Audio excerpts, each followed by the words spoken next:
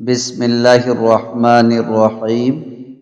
حضرت ابو امامہ رضی اللہ تعالی عنہ بیان کرتے ہیں، رسول اللہ صلی اللہ علیہ وسلم نے فرمایا، جو شخص باوضو ہو کر فرض نماز کے لیے اپنے گھر سے روانہ ہوتا ہے تو اس کا اجر احرام باندھ کر حج کے لیے روانہ ہونے والے کے اجر کی طرح ہے، اور جو شخص صرف نماز چاشت کے لیے روانہ ہوتا ہے اس کے لیے عمرہ کرنے والے کی مثل اجر ہے۔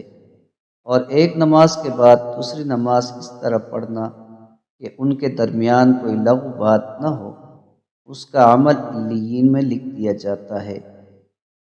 حضرت ابو ذر رضی اللہ تعالی عنہ بیان کرتے ہیں، میں نے عرض کیا، اللہ کے رسول، روئے زمین پر سب سے پہلے کون سی مسجد تعمیر کی گئی؟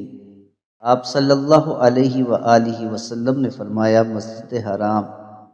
راوی کہتے ہیں، میں نے عرض کیا، پھر کون سی مسجد؟ آپ صلی اللہ علیہ وآلہ وسلم نے فرمایا، مسجد اقصی۔ میں نے عرض کیا، ان دونوں کی تعمیر کے درمیان کتنا وقفہ ہے؟ آپ صلی اللہ علیہ وسلم نے فرمایا، 40 سال۔ پھر ساری زمین تیرے لیے مسجد ہے، جہاں نماز کا وقت ہو جائے نماز پڑھ لو۔ حضرت ابو امامہ رضی اللہ تعالی عنہ سے روایت ہے کہ کسی آدمی نے رسول اللہ صلی اللہ علیہ وسلم سے دریافت کیا، ایمان کیا ہے؟